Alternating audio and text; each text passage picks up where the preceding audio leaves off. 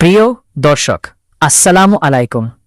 আমরা আজকে আসন্ন যে জাতিসংঘের সাধারণ অধিবেশন আছে সেটা নিয়ে আপনারা বাংলাদেশ থেকেও হয়তো এই আমেজ খুব একটা বুঝতে পারছেন না, কিন্তু নিউ ইয়র্কে এখন টান টান উত্তেজনা চলছে। বিশেষ করে আওয়ামী লীগের লোকজনের যেই অতি উৎসাহী এবং তাদের যেই উত্তেজনা আমরা দেখতে পাচ্ছি, একটা মারমুখী ভাব, এবং বিশেষ করে একজন নেতার কথা না বললেই নয়।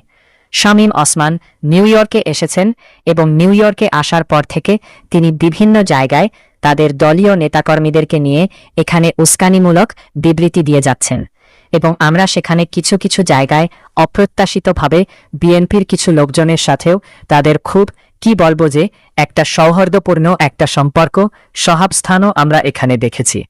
বিশেষ করে একটা নৌবহরের কথা না বললেই নয়, সেখানে গিয়েছে এবং সেখানে আমরা যতটুকু জানতে পেরেছি বিএনপির যারা ছিলেন শামীম ওসমানের সাথে সেই প্রোগ্রামে, সেটা আমার মনে হয় আরও অনেক বেশি প্রতিবাদ হতে পারত শামীম ওসমানকে নিয়ে।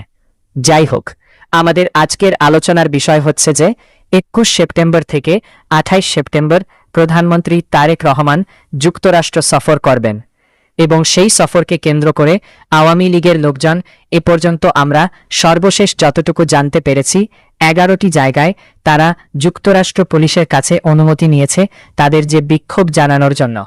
তবে মজার বিষয় হলো, তারা যে বিক্ষোভের জন্য যে অনুমতিগুলো নিয়েছে সে অনুমতির জন্য তারা তাদের দলীয় নাম ব্যবহার করেনি।